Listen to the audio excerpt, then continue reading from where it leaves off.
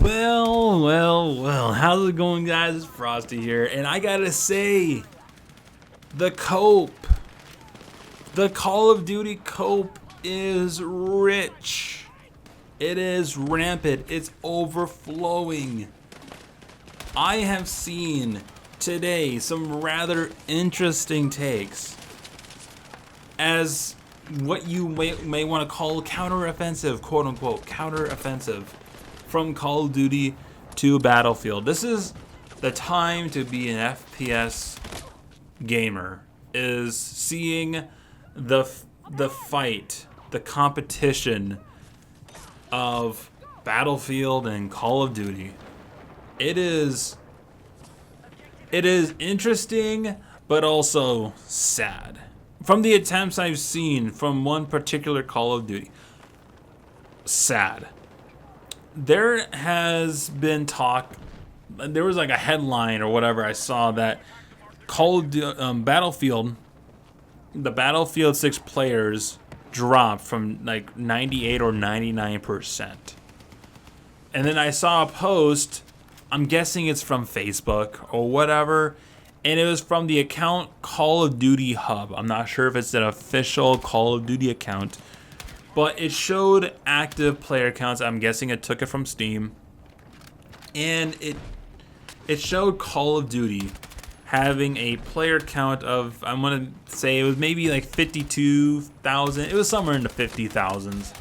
And then it had a screenshot of Battlefield 6, the open beta, and it showed it had 7,000, like 7,200 people active. And, you know, from somebody like myself who has a job that relies on working with data, my job is to use that data and present it in the most accurate way possible to showcase data finding or whatever. And, you know, sometimes there can be a twisting of the narrative to obviously show one side is better than the other. And this is exactly the case of that, is twisting the narrative. So you see, the Battlefield 6 open beta is only playable for 2 weekends. Well, there was the early access and then there was the 2 weekends. The open beta was open for the public in weekend 1, which was last Sunday. We got weekend 2 coming up next Saturday, next Sunday. You see, Saturday and Sunday is what we call a weekend. And then Monday through Friday is what we call the week. So if you were to put those two things together, along with Battlefield 6 open beta being having an open window for 2 weekends, that means that right now during the week the open beta is closed. There's nobody playing it. The 7,000 people that you're seeing there are either the devs who are working on bugs, or it's people literally sitting on a screen waiting for the beta to open up again.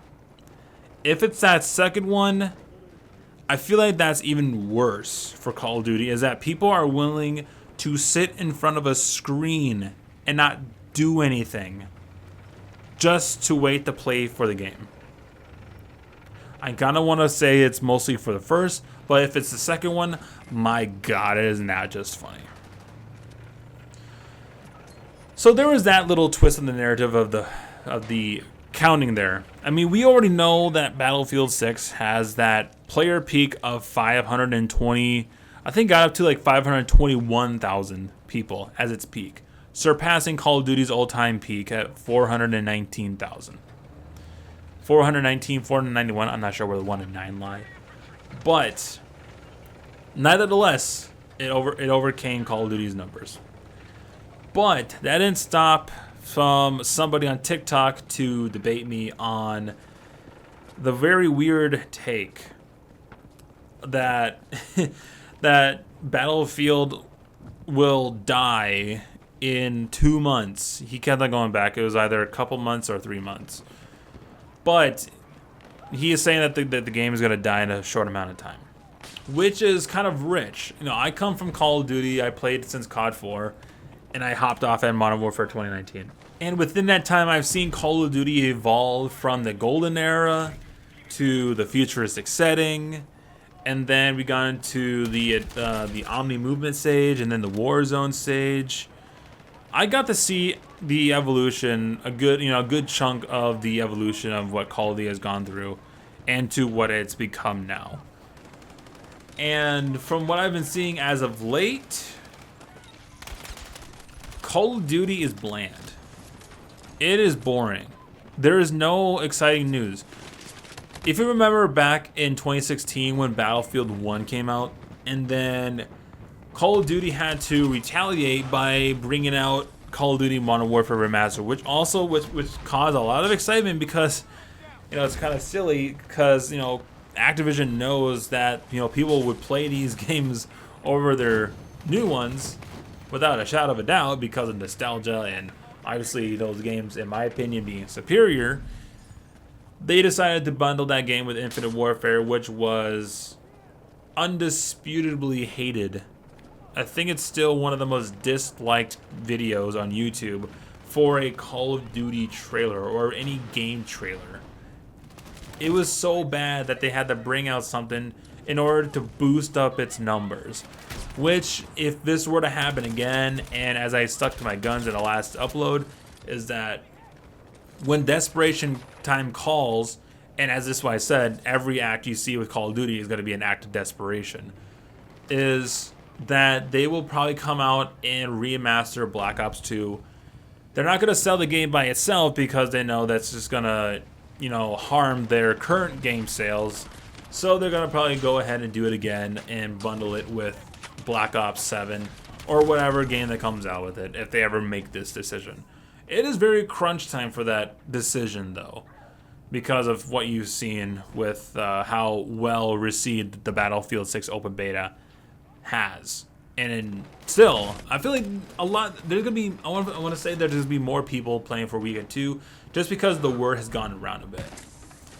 So going back to him, he's saying that, you know, that Battlefield's gonna die in a couple years, which really sounds like projection because from the last Call of Duty games or whatever, I feel like after like the month or second month the game is out, people have already feel like completed challenges.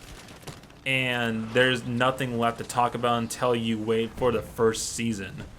And usually when the next season comes out, the talks for that current season usually end after the second day.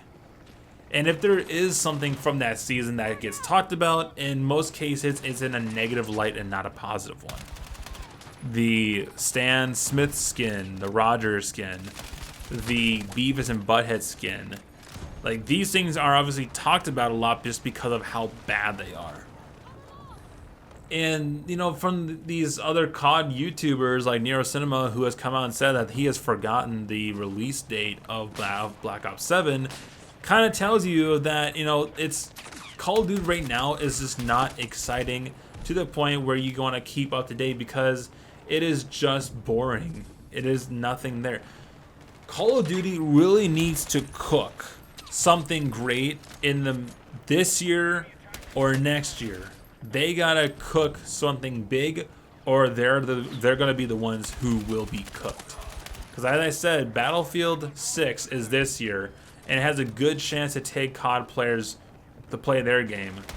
And then you have Grand Theft Auto 6, which is a whole other monster that will still also take COD players from when that game comes out, because that is going to be the most anticipated game in game history.